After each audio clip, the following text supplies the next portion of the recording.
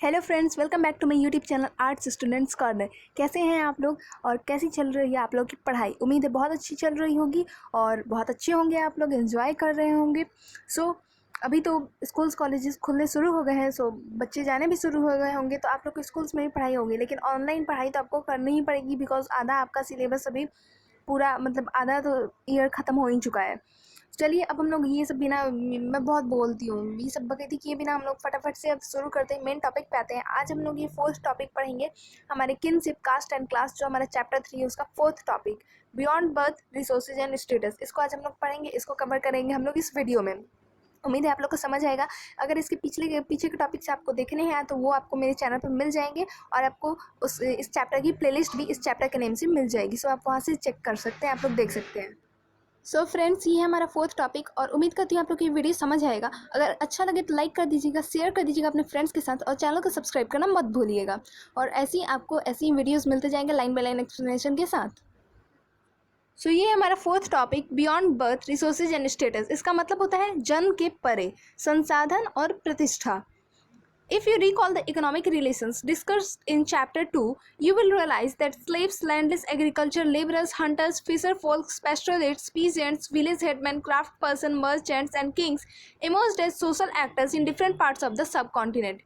यदि आप अध्याय 2 यानी कि चैप्टर 2 में वर्णित आर्थिक संबंधों पर विचार करें तो देखेंगे कि दास, भूमिहीन खेतीहर मजदूर, शिकारी, मछुआरे, पशुपालक, किसान, ग्राम मुखिया, शिल्पकार, वणिक और राजा सभी का उपमहाद्वीप के विभिन्न हिस्सों में सामाजिक अभिनायक के रूप में उद्भव हुआ।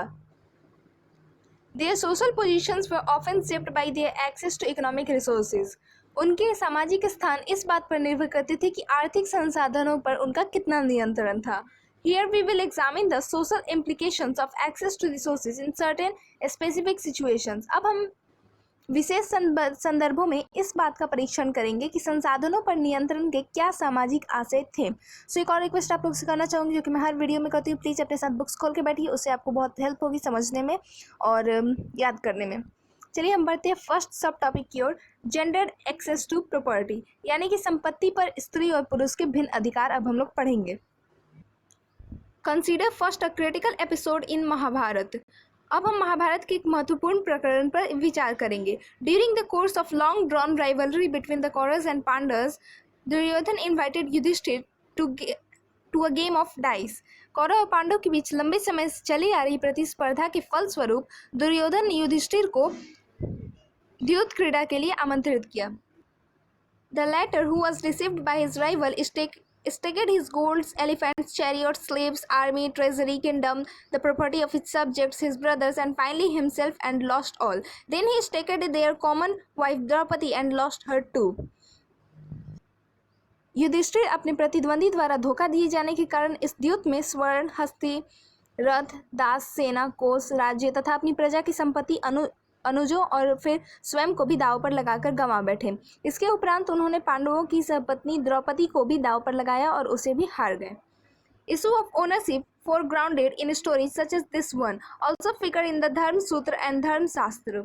संपत्ति के स्वामित्व के मुद्दे जो इन कहानियों में वर्णित है, धर्म सूत्र और धर्म शास्त्रों में भी उठाए गए हैं। According to the Manusmriti, the paternal estate was to be divided equally among sons after the death of the parents, with a special share for the eldest. Women could not claim a share of these resources.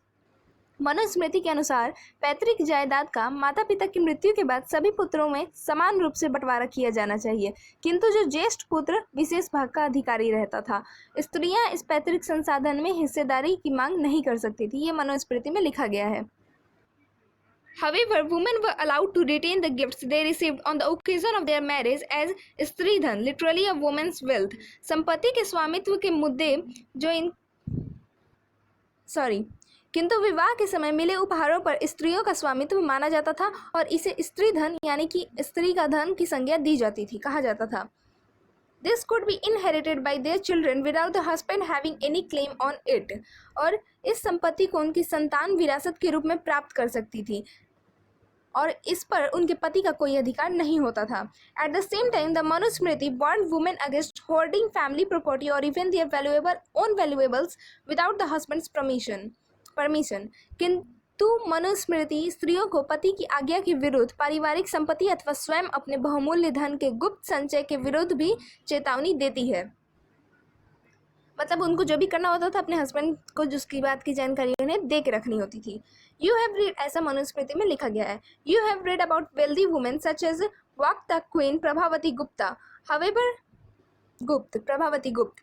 आपने एक धनाढ़ वाकाटक महिषी प्रभावती गुप्त के बारे में पढ़ा है, chapter 2 में हमने पढ़ा था।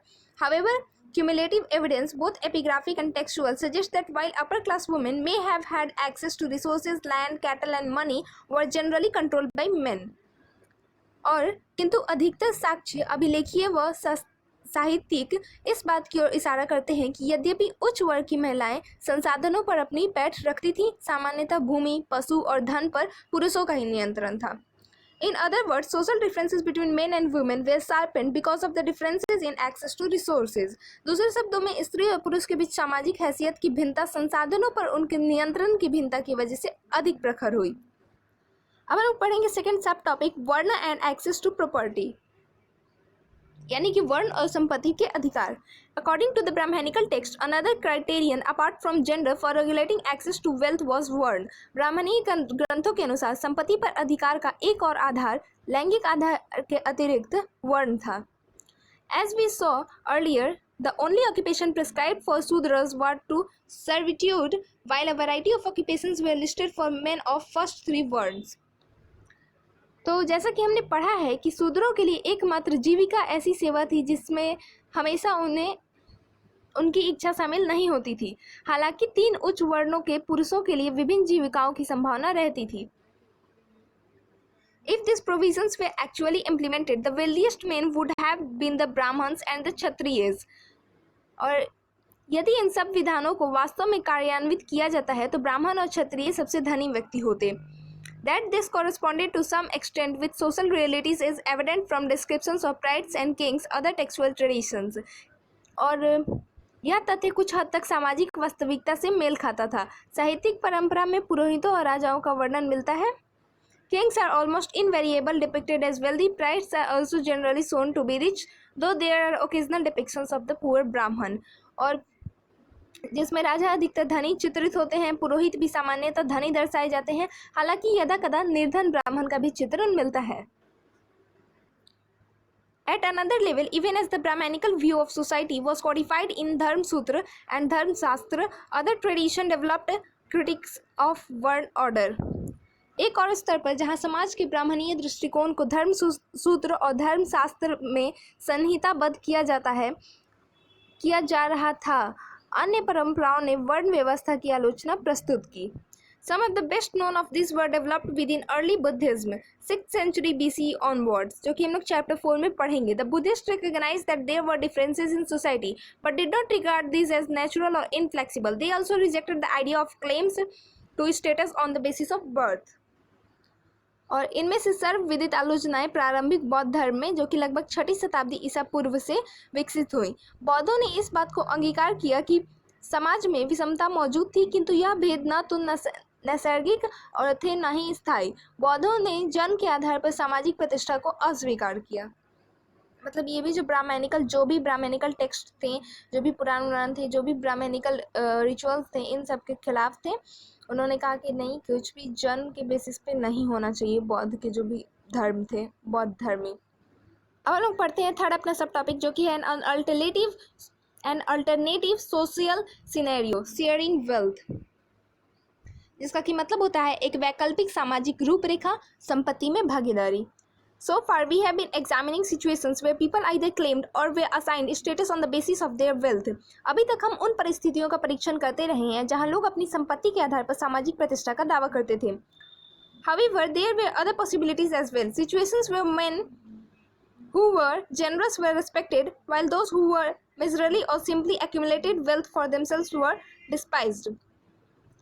या फिर उन्हें वह स्थिति प्रदान की जाती थी, किंतु समाज में अन्य संभावनाएं भी थी। वह स्थिति जहां दानशील आदमी का सम्मान किया जाता था तथा कृपण व्यक्ति अथवा वह जो स्वयं के लिए संपत्ति संग्रह करता था घृणा का पात्र होता था।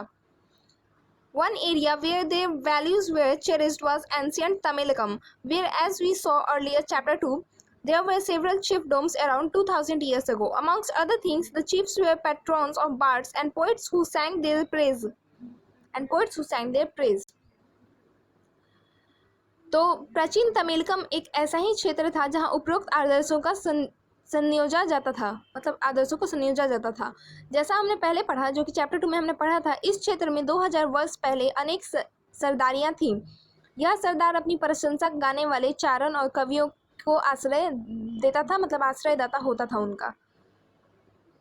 Poems included in the Tamil Sangam anthologies often eliminate social and economic relationships, suggesting that while there were differences between rich and poor, those who controlled resources were also expected to share them.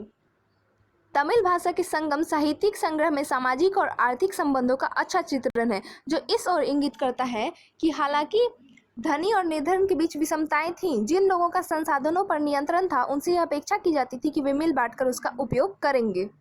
So friends, हमारा 4th topic complete हो गया। अब हम 5th topic की ओर बढ़ेंगे, उसको complete करेंगे। और ये जो कुछ भी दिया हुआ है इसके लिए मैं अलग से वीडियो बनाती हूँ, वो आप देख सकते हैं, चैनल के प्लेलिस्ट में आपको मिल जाएगी।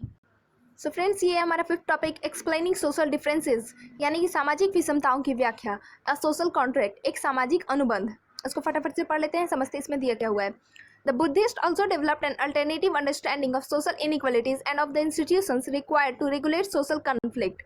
बौद्धों ने समाज में फैली विषमताओं के संदर्भ में एक अलग अवधारणा प्रस्तुत की। साथ ही समाज में फैले अतिवृद्धियों को नियमित करने के लिए जिन संस्थानों की आवश्यकता थी उस पर भी अपना दृष्टिकोण सामने रखा।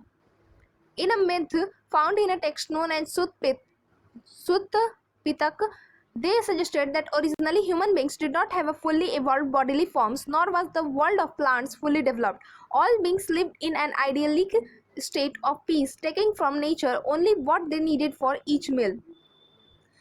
सुत्त पिटक नामक ग्रंथ में एक मिथक वर्णित है जो यह बताता है कि प्रारंभ में मानव पूर्णतया विकसित नहीं थे। वनस्पति जगत भी अविकसित था। सभी जीव शांति से एक निर्बाध लोक में रहते थे और प्रकृति से उनका ही ग्रहण करते थे, जितनी एक समय के भोजन की आवश्यकता होती थी, मतलब उतना ही लेते थे जितनी आवश्यकता होती थी। अभी के लोगों को तो जितना दे दिया जो उतना उनके लिए कम पड़ेगा, मतलब उस समय संतोष था। कहने का मतलब यही है। चलते हैं सेकंड पैरा की ओर।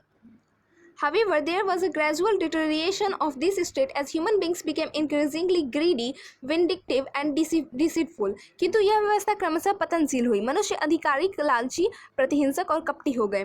This led them to wonder, what if we were to select a certain being who should be wrathful when indignation is right, who should censor that which should rightly be censored, and should banish him who deserves to be banished. Okay, so इस स्थिति में उन्होंने विचार किया कि क्या हम एक ऐसे मनुष्य का चयन करें जो उचित बात पर क्रोधित हो, जिसकी प्रताड़ना की जानी चाहिए उसको प्रताड़ित करें, और जिसे निष्कासित किया जाना चाहिए उसे निष्कासित करें। We will give him in return a proportion of rice chosen by whole people. He will be known as Mahasamat, the great elect. बदले में हम उसे चावल का अंश देंगे। सब लोगों द्वारा चुने जाने के कारण उसे महासमत की उपाधि प्राप्त होगी। This suggests that the institution of kingship was based on human choice, with taxes as a form of payment for services rendered by kings. इससे यह ज्ञात होता है कि राजा का पद लोगों द्वारा चुने जाने पर निर्भर करता था।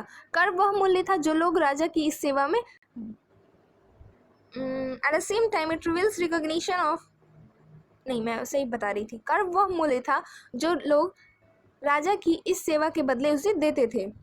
At the same time, it reveals recognition of human agency in creating and institutionalizing economic and social relations. There are other implications as well. For instance, if human beings were responsible for the creation of the system, they could also change it in future.